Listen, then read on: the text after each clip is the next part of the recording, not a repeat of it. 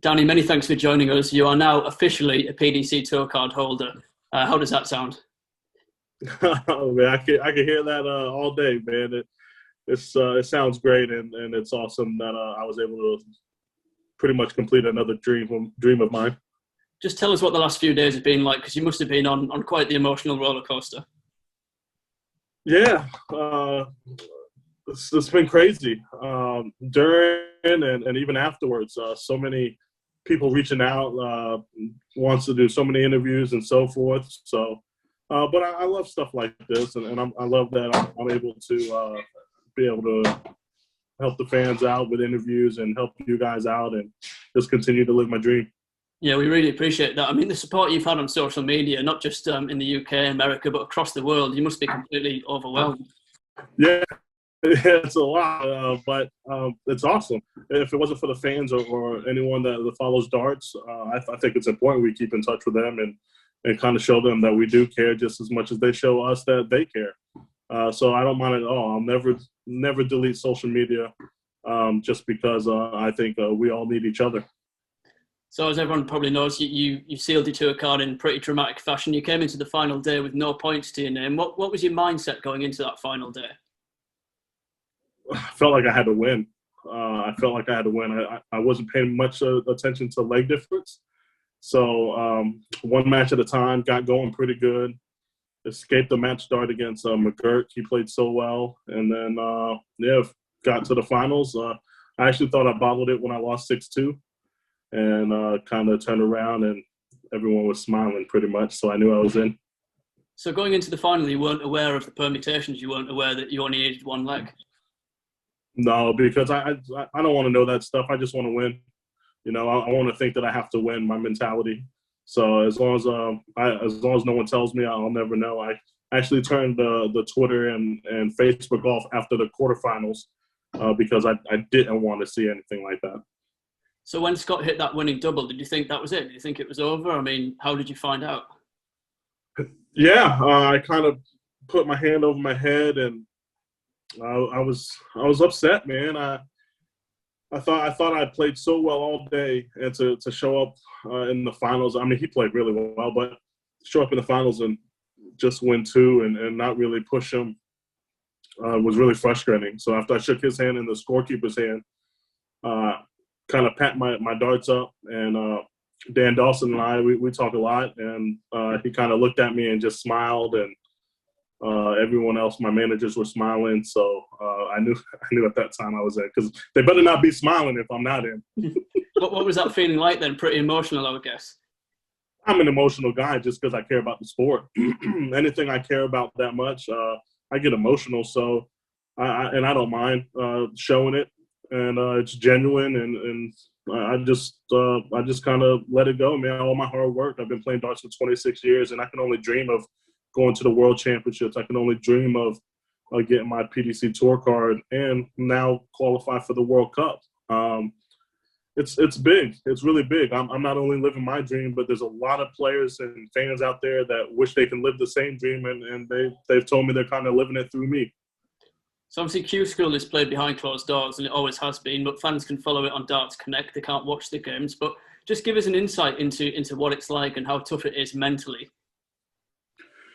Yeah, it's very tough mentally because even though I feel like I'm mentally strong and I can deal with anything, I've been stuck so much with my mom passing away last year, with my brother having that severe stroke against the morning against Adrian.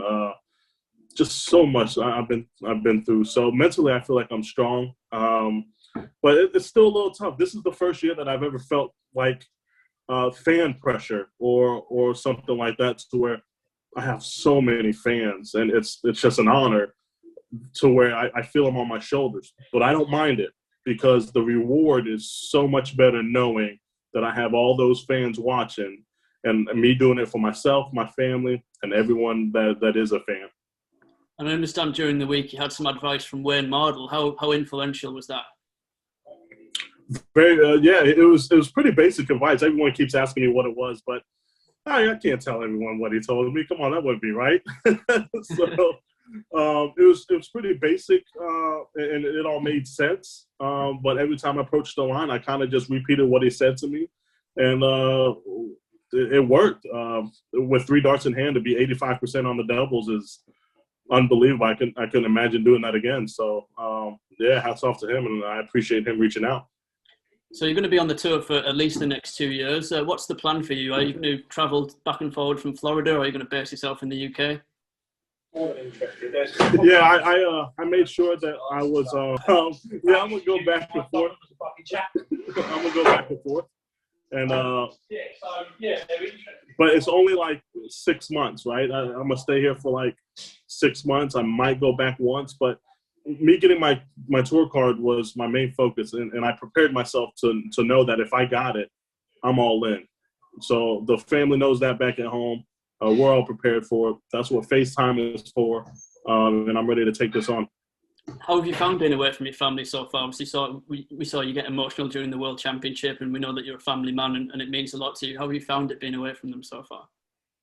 Yeah, it's really my kids mean everything. That's the reason why I just keep going. So I think that without FaceTime or nothing like that, I don't think I'll be able to do it.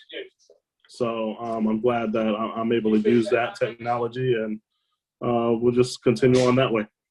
You've seen players in recent years like Kyle Anderson, Damon Heta, Jeff Smith, all make those sacrifices. Move from the families. How much motivation have you taken from them and to achieve? And do you feel that you can replicate that? Yeah, well, they've set the bar, and if they're able to do it, why can't any other new tour card holders think that they can do it as well? I sure as heck can. That's the way I'm thinking.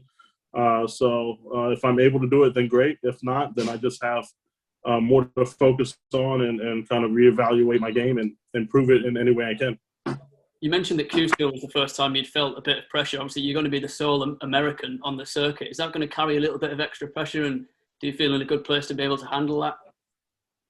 No, I think the pressure was qualifying. So to me, the pressure was qualifying. Now that I'm here, I'm in. There's really no other pressure for 2 years. You know what I mean? Yeah, that's good then. So I think that was before, and now I can just glide and let my darts do what they're supposed to do and go on with it. What's the reaction been like back home in America? And do you feel that this success will inspire more players in America to pursue a career in professional darts? Yes. I've been. So many people have reached out to me that were previous players, great players, new players, and so forth. So they've told me that, and that's great. That's what I love doing. And if me playing darts, something as simple as darts, inspires somebody, I love it. A lot of players in America are going to be looking up to you now as the sort of talisman of American darts. But when you were coming through, who were the players that you looked up to? Who were your sort of darting idols? Yeah, I was a big. Who did I watch? Bob Anderson came over to the States, and I remember playing with him and Wes Newton and those players like Peter Manley. So I was a big fan of the players back in the day. Right now, I look up the players like Devin, Michael Smith, and so forth. There's just really so many. Kim Roberts. Dart players in general, I really look up to all of them. They're all great. So your first PDC event is going to be the Super Series next week. For many players, it'll be their first competitive action since the World Championship for a few months. So you're going into that with a lot of match practice under your belt. Do you feel that will be an advantage you can use, especially in the first few days? When you get to this level, it's really, I don't think there's really an advantage or disadvantage. Anyone can be beaten at this level at any point in time. So I just got to show up, play my A game, and let it all take its place. And then, of course, after that is the UK Open, which you're going to be making your debut in, a unique multi-board setup. How much are you looking forward to that? Yeah, I'm looking forward to all those events.